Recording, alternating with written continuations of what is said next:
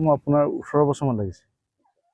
18 বছৰ হৈছে ঘৰখন নিৰ্মাণ কৰোঁতে। ঘৰৰ বস্তু এটা এটা কৰি মানে গোটাওঁতে আজি 15 বছৰমান হ'ল।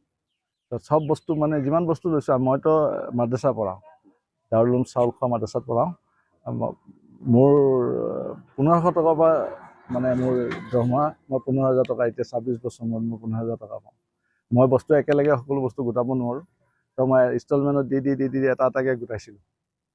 এটা এটাকৈ গোটাই যিখিনি বস্তু প্ৰয়োজনীয় ঘৰৰ বস্তু, যেনেকৈ ধৰি লওক ফ্ৰিজ এটা, আলমাৰি এটা, পালেং এখন, মানে যাৱতীয় যিখিনি ঘৰৰ বস্তু প্ৰয়োজন হয় সেইখিনি এনেকৈ গোটাই 15 বছৰ মূৰত গৈ পৰিপূৰ্ণ হৈছে।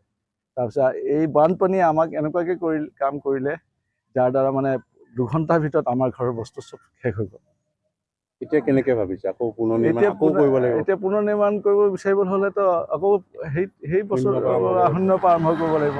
এতিয়া আমাক মানুহৰ সহায় সহযোগ প্ৰয়োজন, নহ'লে আমি উঠিব নোৱাৰিম।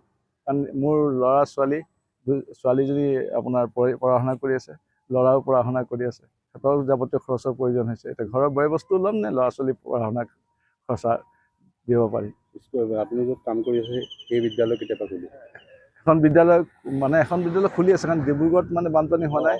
মই ডিব্ৰুগড়ে মোক মানে ছুটি দিছে এসপ্তাহমানৰ কাৰণে, যে ঘৰৰ যাৱতীয় কাম কাজবিলাক। আপুনি ইয়াৰ পৰা ডিব্ৰুগড়লৈ মই অহা যোৱা নকৰোঁ, তাত থাকি লওঁ। প্ৰত্যাহ্বানটো আৰু বাঢ়িব, থাকি লয় তাত। ঘৰত ল'ৰা ছোৱালী থাকে আৰু মাক থাকে।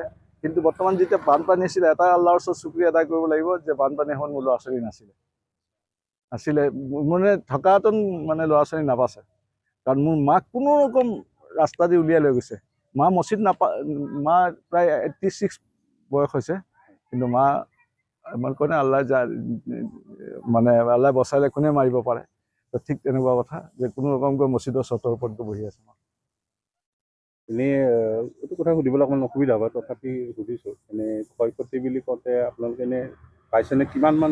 এতিয়া বৰ্তমান আমাক ৰাইজেতো সহায় কৰি, ৰাইজে খোৱাৰ বস্তু দিছে, আমাক অজস্ৰ দিছে।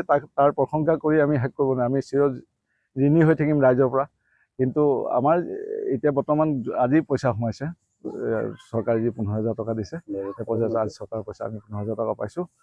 সেই পইচা এতিয়া যিবিলাক বস্তু আছে, 2-এটা বস্তু কিনিব লাগিব। এখন পালেং চব মাটিত হৈ আছে, এতিয়ালৈকে মাটিত হৈ আছে।